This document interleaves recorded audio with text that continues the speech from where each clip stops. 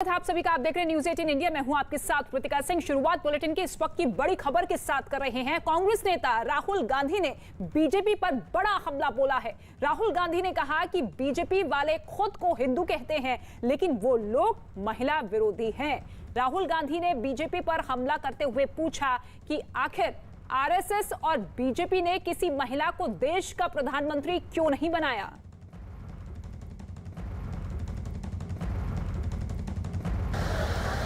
BJP के लोग कहते हैं कि वो हिंदू पार्टी है, कि बीजेपी के आरएसएस के लोग हिंदू पार्टी। हर व्यक्ति के घर में दुर्गा मतलब रक्षा, लक्ष्मी मतलब लक्ष्य पूरे करने की शक्ति डालने का काम हर राजनेता का होता है। वो अपने आप को हिंदू पार्टी कहते हैं और पूरे देश में लक्ष्मी और दुर्गा पर आक्रमण करते हैं। जहां ये जाते हैं कहीं लक्ष्मी को मारते हैं, कहीं दुर्गा को मारते हैं। और इस वक्त हमारे सहयोगी अरुण मौजूद है इस खबर पर। अरुण, एक तरफ बीजेपी कहती है कि महिला सशक्तिकरण के लिए तमाम कदम हम उठा रहे हैं, लेकिन दूसरी ही तरफ राहुल गांधी ये कह रहे हैं कि महिला शक्ति को तो बीजेपी और आरएसएस दबाती है। किस तरीके से इनके बयान को देखा जाए? देखिए, चूंकि महिला कांग्रेस के स्थापना दिवस पर यह सम्मेलन था जिसमें राहुल गांधी बोल रहे थे, जाहिर सी बात है आधी आबादी, महिलाओं का वोट बैंक आधा है इस देश में, और आधी आबादी से जब वो मुखातिब थे तो दो तीन बातों का जिक्र किया। पहला तो ये कि कांग्रेस की तरफ से ही महिला को प्रधानमंत्री बनाया गया था इस देश का, इंदिरा गांधी को। बीजेपी और आरएसएस महिला विरोधी हैं, वो कभी भी महिला को प्रधानमंत्री नहीं बनाती। उन्होंने ये भी कहा था कि बीजेपी के नेताओं को, आरएसएस के नेताओं को अगर आप देखेंगे उनके आसपास महिलाओं की संख्या कम दिखेगी, जबकि गांधी जी के जमाने से लेकर अब तक कांग्रेस पार्टी हमेशा महिलाओं को उचित प्रतिनिधित्व देती है, उनको आरक्षण देने की बात हो। तो एक तरह से राहुल गांधी आने वाले विधानसभा चुनाव से पहले महिलाओं को लेकर के उन्होंने बड़ा बयान दिया, उनके हक की बात, उनके हुकूक की बात कही है। तो एक निशाना उनका ये भी था। दूसरा ये भी था कि आरएसएस पर ज्यादा हमलावर थे। हिंदू धर्म की बात हो या फिर महिलाओं के हक की बात हो, आरएसएस पर हमला उन्होंने जबरदस्त तरीके से किया था राहुल गांधी ने।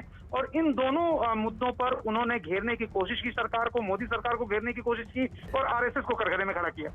बिल्कुल, आरएसएस और बीजेपी पर कई सवाल दागते हुए उन्होंने सीधे तौर पर कई सवाल भी पूछे कि महिला विरोधी सोच इस तरीके से हावी क्यों हो रही है, महिला शक्ति को दबाया जाता है। और इससे पहले आप सभी को याद भी होगा जब प्रियंका गांधी पहुंची थी चुनावी रैली करने के लिए, तब भी उन्होंने महिला विरोधी सोच को लेकर उत्तर प्रदेश के मुख्यमंत्री योगी आदित्यनाथ पर हमला किया था। इस वक्त उत्तर प्रदेश के मंत्री मोहसिन रजा हमारे साथ मौजूद है। सर, स्वागत है आपका। और सबसे पहले तो सवाल यही है कि राहुल गांधी सीधे तौर पर कह रहे हैं कि देखिए आप महिला शक्ति को दबाते हैं। आधी आबादी को संबोधित करते हुए उन्होंने सीधे बता दिया है कि बीजेपी किसी भी महिला को प्रधानमंत्री नहीं बनाएगी क्योंकि सोच ही महिला विरोधी है। असल में ये वो लोग हैं जिन्होंने तुष्टीकरण और भ्रष्टाचार की भेंट चढ़ाया था देश को, और एक परिवार को, पूरा हिंदुस्तान की सत्ता एक परिवार के घर में रहती थी। ये वो लोग हैं बहुत ज्यादा दुखी और पीड़ित दिखाई दे रहे हैं, आपको बहुत पीड़ा नजर आ रही है।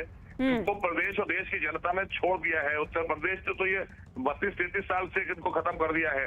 देश में भी जनता ने इनको छोड़ दिया है। आदरणीय मोदी जी के नेतृत्व की सरकार देश में 7 वर्षों से चल रही है और आगे भी लगातार कंटिन्यू करेगी, क्योंकि यही काम चाहिए था प्रदेश की जनता को जो आज आदरणीय मोदी जी करवा रहे हैं। क्योंकि इन्होंने तो लूटने के सिवा कुछ किया नहीं, और इनकी सरकार जब बनी, जब इन्होंने सरकार चलाई, विदेशों से संचालित कराई। आज महिला सशक्तिकरण की बात कर रहे हैं। 11 महिलाएं देश के मंत्रालय में आदरणीय मोदी जी का सहयोग कर रही हैं और देश के निर्माण में विकास कर रही हैं।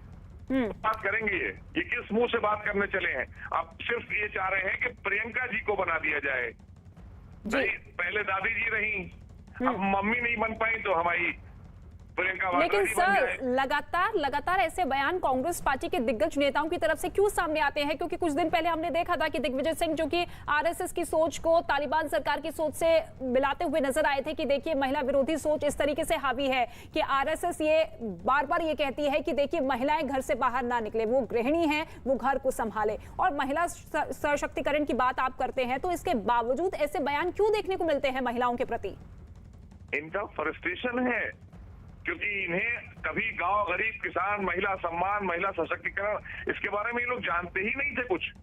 ये तो आज देश में भारतीय जनता पार्टी की सरकार सबका साथ, सबका विकास, सबके विश्वास के मूल मंत्र में बढ़ती हुई सरकार जब आगे बढ़ी तो उसने बताया कि महिला, नारी गरिमा, नारी सम्मान क्या होता है। आज आदरणीय मोदी जी के नेतृत्व में देश की सरकार बता रही है। ये इनको सबको अनुसरण करना चाहिए। और जहां तक बात उन्होंने करी संघ की, आरएसएस की बात करी है, तो राष्ट्रीय स्वयंसेवक संघ के विचार से जब कभी जुड़ेंगे तो समझ में आएगा कि सेवा भाव क्या होता है, जनता की सेवा क्या होती है, देश के लिए समर्पण क्या होता है। ये तो वो लोग हैं जो आतंकवादियों को फांसी दिए जाने पर रोते हैं इनके राष्ट्रीय अध्यक्ष, और अगर आतंकवादी को फांसी की सजा सुनाई जाती है तो 3 बजे सर्वोच्च न्यायालय खुलवाते हैं इनके वकील। ये किस मुंह से बात कर रहे हैं? लेकिन सर, क्योंकि देखिए चुनाव जब भी आता है तो हर कोई विकास के मुद्दे पर ही बात करना चाहता है, चाहे जनता हो चाहे हम लोग हो, लेकिन फिर भी तुष्टीकरण की राजनीति इस कदर हावी हो जाती है कि अपने वोट बैंक को साधने के लिए इस तरीके के बयान देते हैं। आपको लगता है कि इससे पार्टियों को किसी तरीके का कोई फायदा होता है? अब वो पता नहीं, ये तो इन्होंने तो सदियों फायदा लिया ना इस बात का। आज परिवर्तन हुआ है देश में, आदरणीय मोदी जी के नेतृत्व में भारतीय जनता पार्टी ने लगातार प्रयास किया है, तब आज देश की जनता ने विश्वास जताया है। और उस विश्वास पर भारतीय जनता पार्टी की, आदरणीय मोदी जी की और उत्तर प्रदेश में आदरणीय योगी जी की सरकार जो काम कर रही है वो उसके अभूतपूर्व परिणाम आ रहे हैं। इससे ये सब परेशान है क्योंकि इनको कोई पूछ नहीं रहा है। इनके पास ना नेता है ना नीति है, तो इसलिए ये फ्रस्ट्रेशन में है। इन्होंने आतंकवादियों को महिमा मंडित किया, भ्रष्टाचारियों को महिमा मंडित किया, विदेश के लोगों से सरकारें चलवा दी बनाने के बाद। तो अब इससे ज्यादा अपमान और क्या हो सकता था देश का जो इन्होंने किया है।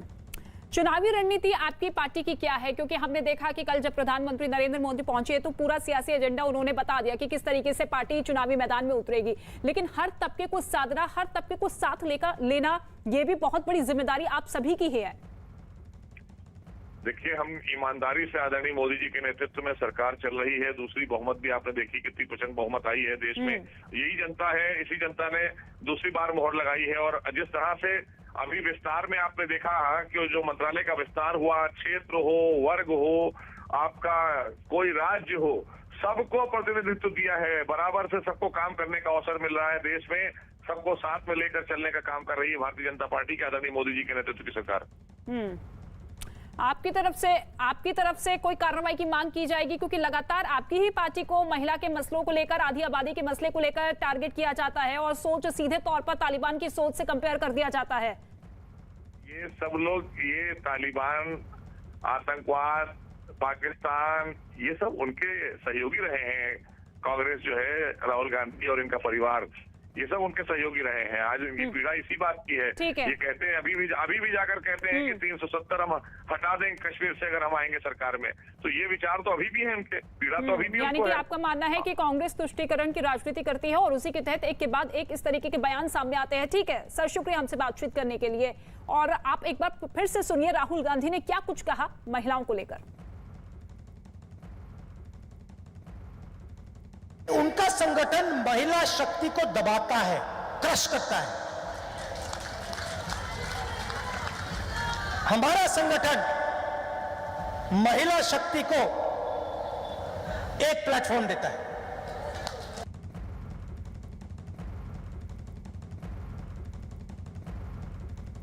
और अनिल